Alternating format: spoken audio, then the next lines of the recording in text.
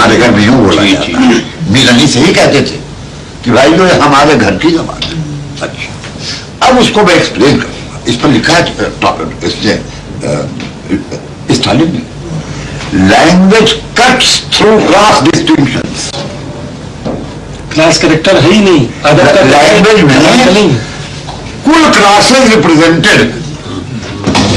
जब पढ़ा ये शेर मीर सोल ने, नहीं निकसे है मेरे दिल की उपाहे गाए, तो सौदा ने कहा कि मीर साहब मेरे बचपन में कुछ डोमिनिया गाती थी, तब सुना था ये लफ्ज और आज सुन रहा हूं ये लफ्ज। तो शेडिंग होती है, इसमें टकोर की रोशनी डाली। जैसे निकसे, क्या बुराई था? लॉजिकली साबित कीजिए कि हम निकसना क्यों ना कहा। अच्छा, अभी तक आप बोलते हैं कि रूई की निकासी है, वहां निकलना नहीं कहते आप, निकासी होती है। और दरियाओं के लिए, ड्रेनेज के लिए भी ब्रज भाषा में, जहां ब्रज भाषा में कृष्ण एक गली से आते हैं तो गोपियां कहती हैं कहां से कढ़े हो निकले। अब हम कहते हैं बड़े कढ़े हुए आदमी, और कढ़ाई होती है। अच्छा, तो ये हुआ है कि बेस तो भाषा का इलिटरेसी, भाषा का बेस इलिटरेसी, और लिटरेचर कहते हैं ब्रिलियंट इलिटरेसी को। बहुत अच्छा, कि जो ब्रिलियंट लिटरेचर होगा वो फिर जनता का साहित्य होगा, इलिटरेट्स का, देश के अनपढ़ आदमियों का साहित्य ब्रिलियंट लिटरेचर होगा। हाँ, सिर्फ ब्रिलियंट लिटरेचर के माने आप ऐसे शब्दों का एग्जा कर देना न समझिए जो कॉमन मैन नहीं बोलता। ये मुस्तबद जबान फिर क्या चीज हुई? मैं गुजारिश कर, मैं आपकी गुजारिश कर दूंगा। ग्रेट लिटरेचर और ब्रिलियंट लिटरेचर वही है कि इतने बड़े बच्चे को जो लफ्ज मालूम है उससे वो गीता लिख, अच्छी बात, ये चीज है। अच्छा, अब छोड़िए, बाइबल देखिए, we live move and have our being in the, इसमें कौन लफ्ज है जो आप इस उम्र में सीखा? He who will save his life must lose his life. राजा, ये तो कॉन्सेप्ट की बात है, बिल्कुल नहीं है, फैक्ट है। अगर इजाजत दे तो बात जी हाँ जी, क्योंकि ओल्ड टेस्टामेंट और न्यू टेस्टामेंट इनके तर्जुमे बराबर होते रहे और उनको अपने असर की जबान जो है उसमें हमेशा लाते रहे। बिल्कुल नहीं, 1610 ऑथराइज वर्षन किंग जेम्स नहीं, उसके बाद भी नहीं आया तर्जुमा, थूकने का। साहब, मैं सवाल पूछना चाहता रख लेंगे हम भी लाइब्रेरी, हूँ, वो साहित्य वाली बात इनके बारे में बता दें। एक सेकंड है, वक्त नहीं लगेगा। वो ये है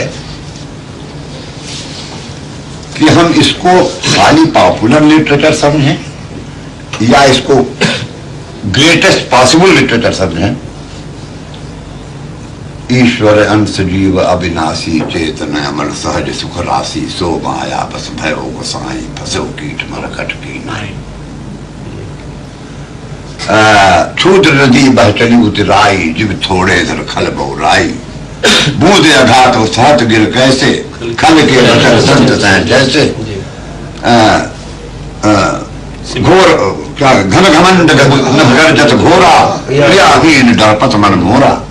तो आप अगर तुलसीदास देखिएगा तो शुद्ध तत्सम 50 सोलह से, या तो उत्तरकांड में चूंकि वहां पंडित होना पड़ा है उनको, या कुछ बालकांड के बीच में।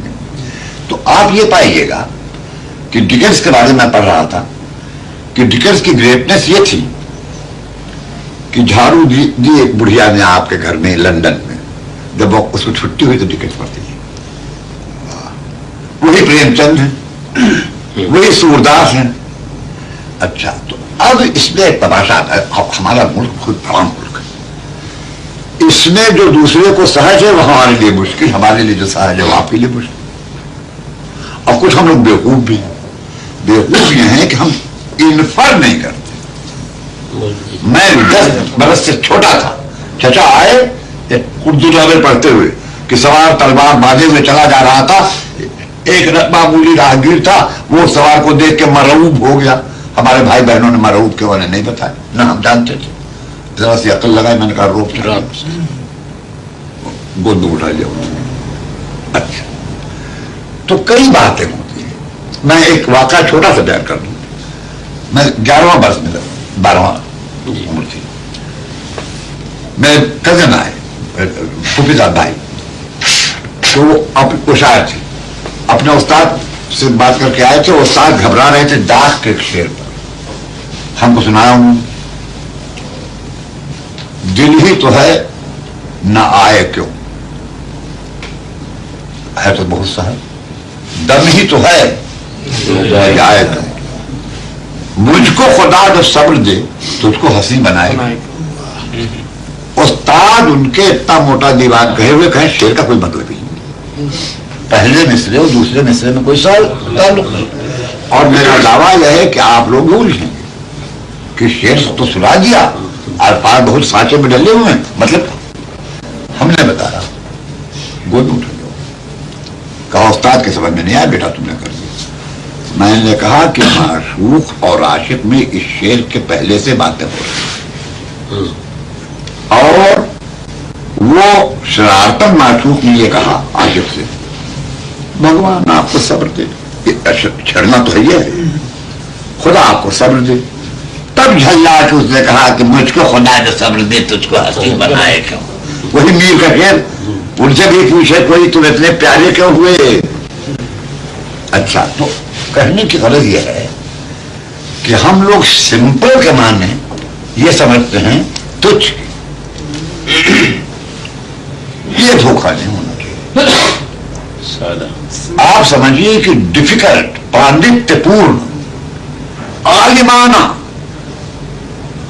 वगैरह वगैरह, ये अल्फाज मक्खी की हैसियत रखते हैं सिंपलिस्टिक समय, याद जानिए। अच्छा, अब आगे बढ़िए। ये क्यों चला है, आपने तो खैर गलती की नहीं अपने सवाल में, लेकिन करीब करीब उस गलती के आप आ गए थे। वो ये है कि साहब बेत खा खा करके तो साइंस पढ़ी, मार खा खा करके तो अलजेब्रा आई, तो वही चीज आने के लायक है जिसमें बेत पड़े। वो क्यों ऐसा पैदा हुआ? वो ये है कि जब वर्नाकुलर का यूरोप में राइज हुआ है, लैटिन और ग्रीक के बाद जब आजाद हुए हैं लैटिन और ग्रीक से इटालियन, फ्रेंच, वर्नाकुलर के माने कॉमन, सार्वजनिक। बड़े बहुत लोग बिगड़ते थे टंडन जी, हिंदी को वर्नाकुलर न कहो, क्योंकि common man was the slave of Roman, तो लैंग्वेज ऑफ स्लेव जो गलत है, ये वर्नाकुलर के माने नहीं। अच्छा खैर छोड़िए। तो अब पढ़ाना है, तो एजुकेशन पर पहला चैप्टर जो हर्बर्ट स्पेंसर का है, उसने बताया है कि मनुष्य कारामद को समझने के पहले सजावट को समझता था। कपड़ा कारामद है, लेकिन सैनिक गोदना चलाता था, उसका न जाड़ा जाएगा, उससे न कोई बात आएगी। तो ये डेकोरेशन का फैलेसी फैल गया कैम्ब्रिज में, काशी में, पंडितों में, उलमा में, कि आपके समझ में तो नहीं आई, वो भानुमति का बेटा है, तो खाली यूनाइटेड पढ़ाएंगे, ग्रीक पढ़ाएंगे। पहला प्रोफेसर दुनिया में अंग्रेजी का इंडिया में अपॉइंट हुआ, लंदन में नहीं। वो इंग्लिश पढ़ाते नहीं थे, वो ऑक्सफोर्ड के लेटेस्ट ग्रीक। अब रहा हिंदुस्तान, तो मुसलमान ने कहा उर्दू तो हमारा लड़का भी जानता है और लड़की भी जानती है, अरबी पढ़ो। तब लड़के को जवाब पढ़ाई गए, मैं अरबी पढ़ता हूं।